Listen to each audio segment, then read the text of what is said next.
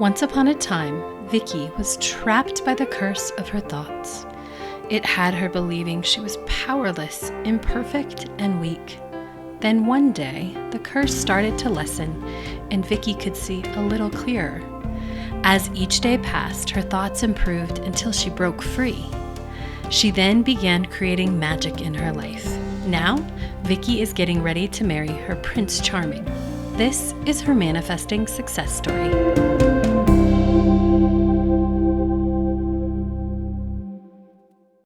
Hello and welcome to this episode. I am back with Vicki Pace. It is July 20th, 2021, and this is a continuation from our episode last week. We're going to talk about the money story survival, how it can pop up, how you can be gentle with yourself, all that fun stuff. But first, Vicki, what's awesome? I am sitting in an air-conditioned, beautiful house with my lovely dog who is happy and healthy right now. And and I've been well rested for a number of nights in a row. So yay. What's awesome with you, Cassie? Yay. What's awesome with me?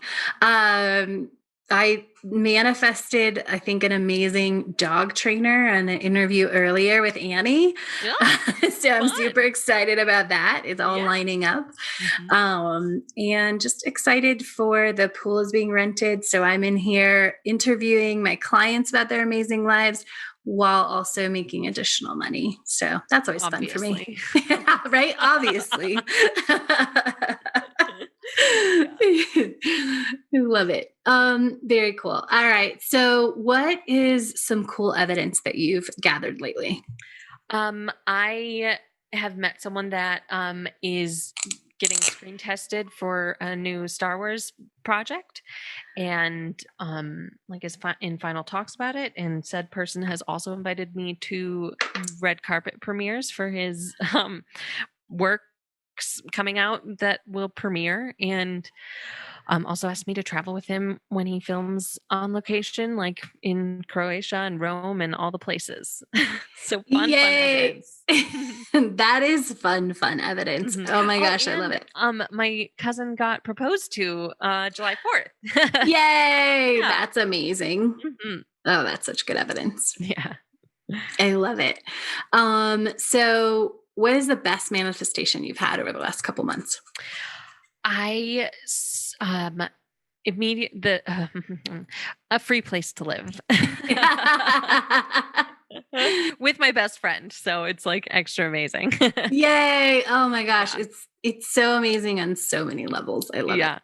And it's when you and I talked about what I want in a place to move into, it already fits all of the bills that are, it's the bill for all the things that I want already. So I get to practice living in my perfect place right now every day. Yay. That's amazing. I love that. And so how do you know it's happening? I am making more than enough money right now in a very easy job. I'm getting really great sleep.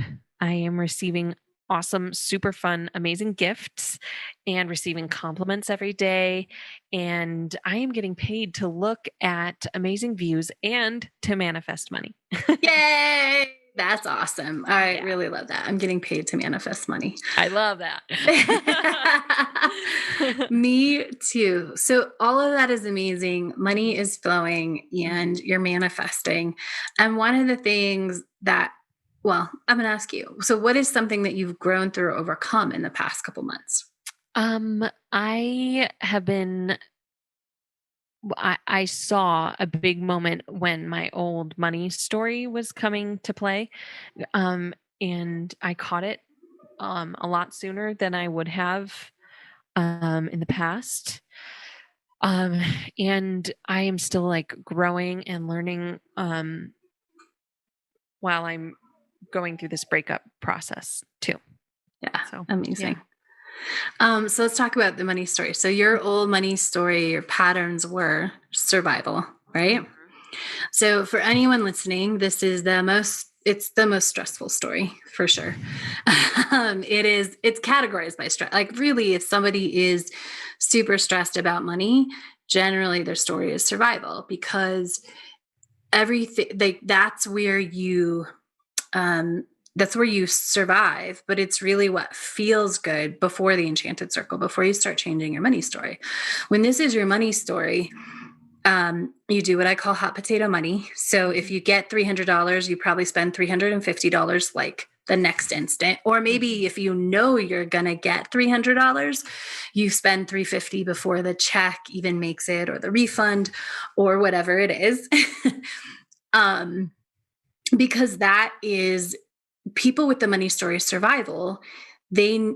Your brain knows you can live in this panic, oh my God, how am I going to make it money place? Mm-hmm. And the only way to be in that, oh my God, how am I going to make it money place, is to have little money, is to not have enough money. Yeah. For whatever's coming next, right? Is to not have $100 in bank account and need 200, or to have 1,000 and need 2,000. Mm-hmm. And it becomes this pattern of being able to survive in that place. And that's where sort of the adrenaline rushes come from. Mm-hmm. So talk to us, because we've talked a little bit about this, but I want to dive into this. So what were some of the things that you were doing that were survival things before you joined the Enchanted Circle? While you were bringing up examples, that my brain automatically referred back to back in the day. The things I would do, specifically when I was working as a server back in New York City, a long, long time ago, Mm-hmm. and I knew I got a big tip on a table, I'd go out that night and drink it, just drop it at the bar, even though it literally it wasn't going to get into my bank account for like 2 more weeks. I still knew it was coming to me, so I would just spend it all right away. Mm-hmm. Literally hot potatoing money. I mean, I don't think I could have spent it faster, actually. And I would even, oh God, I'm getting a little bit of a cringe just thinking about it. I worked at a really nice steakhouse. It was really great food. So sometimes I would buy myself a really great steak. Uh-huh. And spend it all that second.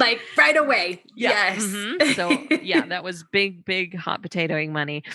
And then it shifted, it's come in different forms throughout the years, but then the moments leading up to joining the Enchanted Circle, Mm-hmm.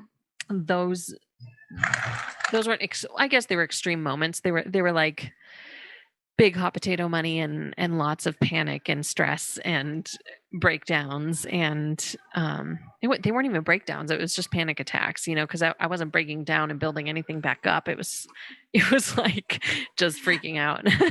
Right, freaking out, and then the problem solved, and it's almost as if it never happened. Mm-hmm. Because you don't learn anything from it, right? It's like, oh my God, panic. Oh, Mm-hmm. there's $100. Okay, I'll be fine for 3 more days. And then there's because you aren't breaking down about it. You aren't learning anything. It just keeps happening. Yeah. And then 6 months later, something happens again, and I'm screaming and crying, saying, I can't believe this happened again. And going down a self punishing spiral. Yeah. Absolutely. And I think it's important for listeners, if you recognize this behavior, and I love this, steakhouse by the steak or buy drinks before, you're even home. Yeah. That's amazing. Cause that's what survival does, because it can't even hit your bank account. You can't have let's say it was a, extra $100 tip. You can't, that $100, as weird as it is, makes you feel unsafe when it's extra. The 100 over feels way more unsafe than the 100 under when it comes to your brain, because your brain has learned to survive through this. And if you can, if you're surviving, you're still alive, which means your brain's doing its job. So let's not change anything up, even though it doesn't feel good. Yeah, because it's like the comfort zone. It was comfortable for my brain to be in a mild state of panic at all times. Yes. Just throughout the day, every single day, even when I felt good about money, there was still an underlying tremor of panic at all times. Yes. Yeah. Yeah. This question popped into my head. I wasn't planning on it, but I have been wanting to ask it to you for a while. When you said yes to the Enchanted Circle, maybe there was a couple times where the payment was coming close to coming out, but there was really, I don't think you were ever in danger of not making your payment. No. Do you think that was tell us about that? Because I think it's super important, and I'm really curious. Was it just when you made the decision, you think you just was it's always going to work? I think what it was, I think when I first saw what the investment would be, I Mhm. immediately knew in my soul that that is super reasonable and I can absolutely do that. And I wonder if that's sort of just what set the tone for it Yes. from there and out. Okay. Mhm. Because I didn't really actively think about it until Yeah. then. It was just like another investment that was coming up every month. It Yeah. wasn't. It wasn't negotiable. it just Yes. it was happening, and that was that. Yeah. And so I think it was from that different energy. Like that is Mm. the key for you is, going out and buying drinks was getting rid of money. You didn't make the decision when you had just gotten like extra money and were like, oh, okay, I can do this. It was that sole decision, like, this is where I need to be. Yeah, because I had reached out to a different coach and that really didn't feel good, but I Mhm. still was just feeling such a pull towards getting a coach. And you and Ginny were the only people I knew of at the time. And since then I know it's a thing, like getting an LOA coach, Yeah. like I know it's a thing now. But at the time I was like, this is it. So um, but it wasn't as panic driven as I'm making it sound. Yeah. It was very much a pull. I was being pulled towards it. Right. It Yeah. was like, oh, this is and I still want this, right? Not Mhm. like I have to figure it out. It was like, no, but I want this. Yeah, I think I remember just like it wasn't like a fuck it, I'm doing it. It was just like this is happening. Opening my laptop, pulling out my card, setting it up, and being on the Yes. call like 3 days later. Yes, which Yeah. is so awesome. Mm. And so from that point, over the last 3 years, you've really grown your money story. What would you say it is now, today? Um you haven't heard this. I just came up with it. In love with money. Yes. It's been good with money for a while, but I just Yes. have a different feeling towards and with money now than I did before. Yeah. All right, I'm going to throw a question that probably should have gone in last week's episode, but do you feel, because I perceived your past relationship to be very like hold on and strangle money a little bit. Like once that ended, do you feel like then you could be in love with money? Yeah, I guess so. You're right. Yeah. That's a big parallel.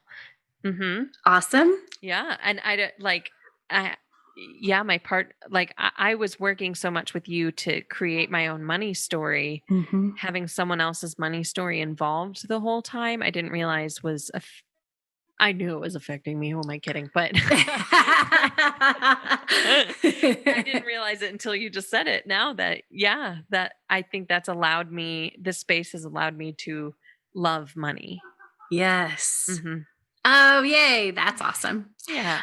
All right. So, and then, as caused by the breakup, our money stories will come back up. It's happened for me when we grow. There's always the Hmm. potential. It doesn't have to come up every time.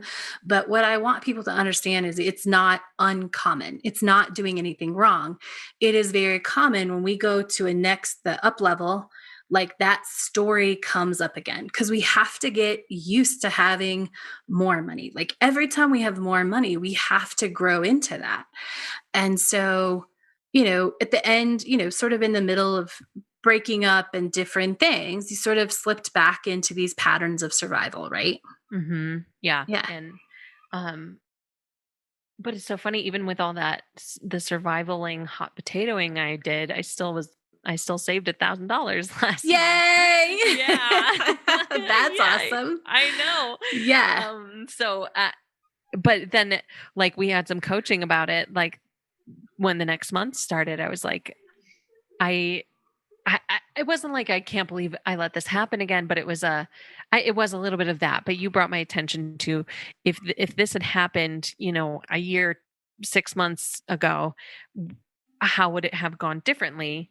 And you brought that up to bring my attention to the fact that I stopped it like 3 weeks in, and Hmm. I'm still saving money and making more than enough money, and I have more than enough money coming in.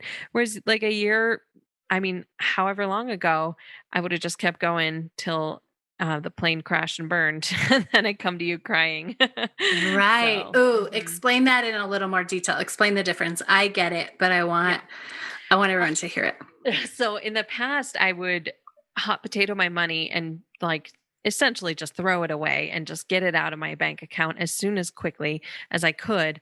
Um, and and then all of a sudden my bank account would be overdrafted, and I would get on a call with you and say, what is happening? Why is this happening?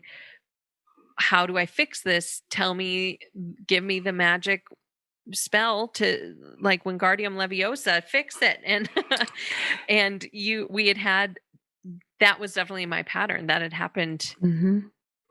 I don't even want to think of how many times that happened, but it definitely happened full. And those were breakdowns, honest to goodness breakdowns, Mm-hmm. like crying, letting things break apart, and opening up to the next time that this might come up, I could choose differently. So yeah, that's what I mean by letting the plane crash and burn, just spending until I was in the red and calling you in Yeah. tears. And this time you saw it, Yeah. right? And you could recognize, like, oh, I didn't stick to my budget. That's Mhm. probably why you recognized it, right? Because you've invested a lot in your budget and a lot in understanding. And there's been a lot of coaching where you're coming like, ooh, I have an extra $1,000. Can I spend it on this? Like, nope, leave it in your bank account. Oh, but now I have $1,500. Can I spend it on this? Like, I think I need this. I think this is it. Like, is it inspired? No. Okay, leave it in your bank account. Get used to having more and more money in your bank account. Yeah, I love seeing all those digits in my bank account now.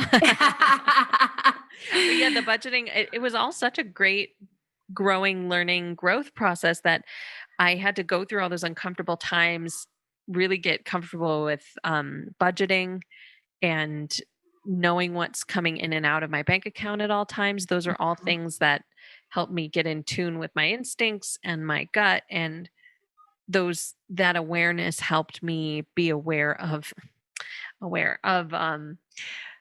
my spending habits, like what was happening, and that sort of high feeling you get when you're hot potatoing money. Yes, yeah. Mhm. I will say for sure, a budget is one of those tools that is essential for survival. Like none of the money stories, except for Hold Tight, have a budget, and they all have their own reason. But survival is because it feels that's where you survive is Yeah. not having a budget. If you have a budget, then you just get rid of more money. And so learning to use that as a tool and getting more comfortable with a little bit more money and a little bit more money and a little bit more money is really key to changing that survival story. Any other keys to like catching it or forgiving yourself or being okay when you up level and it comes up again? Just like what telling yourself, once you've um become aware that it's happening or it's about to happen, catch yourself, take a breath, change focus has been helpful for me. Like uh, getting up and moving. I mean, not like going for a run necessarily, but just like walking to the kitchen, getting a new glass of water, or put my phone down for 10 minutes. Like sometimes just set a timer and give myself some space from my phone or my laptop. Um, and then if you look back and you're like, well, that was definitely hot potatoing money, I just tell myself, um, what is it? It's a thing you've told us in the past. Like I'm growing and learning, and this was an experience for me. Help me out here. Do you know what I'm saying? Trying to say? And this is an experience for me to learn or to do it differently next time. To do it differently next time. Yes, this is helpful for me to be more aware in the future. I have it written in my phone. I don't remember what it is, That's okay. but it's a thing like Yeah, that. but you use it. Yeah, and Yeah. basically it is like this is I'm okay and I'm learning and growing. Yeah, I'm Yeah. okay. Like that's always a good thing to remind myself is like I'm safe. I'm all my investments are still covered. Or even, if you're one of those people who's still in a really big survival mode and your investments are not covered, you still got to remind yourself you are safe, you're breathing, you're going to be fed tonight, you'll be okay. Mhm. Like your house isn't going to burn down around you kind of a thing. Like it's going to be fine. Yeah. Absolutely. Mhm. And this ties back in. We talked a lot in the last episode about this. I think it was the last episode, the slow, quick way. And this is it, right? So very often people want to do the quick way is like, let me just beat myself up for not having any money. That never works. That's a very slow way because you just, sometimes in survival, I think that is a thriving place. Like that's a feel good place to beat yourself up, right? Mhm. And then, when the moment passes and you have money, you stop beating yourself up and you keep moving on. But the slow, quick way really is to take the time and know each one is a lesson. And what am I going to learn? How did I learn about what my body feels like? How did I learn about when I did it? Was there something, was I stressed? Was I this? All of those things are the slow, quick way to learn how to write a new story, which means letting go of all of these patterns. Yeah, that I didn't realize I was consciously doing that. I was no, sorry. I was not consciously doing that, but I see now that I was becoming very in tune with my body and how I was Yes. feeling when these things were coming up. Mm-hmm. And it's I can label them, identify them relatively quickly now if I'm slipping into an old habit or how I say it in my mind is something my future self wouldn't do. Like this, Yes. my future self doesn't feel this way. Mm-hmm. So this is not, and I don't think it's applicable to everything, but in terms of money, I can feel when I'm survivaling Yeah. my money. Right. Because you get used to that is one way of beingness, and your future self's way of beingness is different, like literally, right? Even down to probably the like physical how you stand or sit in that moment. Yeah. And I think I've said this on past interviews, like my body, feeling my body and my posture. That's a really easy, fast way for me to click into where I'm going, my future self. Yay. That's awesome. Anything else on your heart or your mind that you want to make sure we share about survival, the survival money story, changing your money story, any of that today? Get a coach. I really like it's I just feel like that's just the best way to support yourself growing away from a story you don't want anymore, and to give yourself some grace and ease and grace. Give yourself some space to grow and learn and have experiences and really then learn from them. Yes. Yeah. Oh, that's amazing. And when this interview comes out, you could choose Vicki to be your coach. Oh So, yeah. yes. So, if you're feeling like I like her, I feel like she would get me, like I would feel supported, go to manifest10k.com. If you want to apply to Pay After Manifest, do that. And you can choose Vicki to be your coach. Hmm. Yay. I love it. I do too. Any other final words today? No. Mm-mm. All right. That feels complete to me. Thank you, Vicki. Thank you all for joining us. Make sure to come back and check out what else is awesome in Vicki's life next time. The telling of stories is so powerful, both to the person telling it and the person receiving it. Since 30,000 BC, we as humans have told stories to teach and guide. And now we, with Manifesting Success Stories, hope to inspire you to what is possible in your own life. If you want more manifesting success, go to moremanifestingsuccess.com, where you'll find links to anything we've talked about on the show. Thank you for joining us today, and remember, you have the power to write your own happy ever after.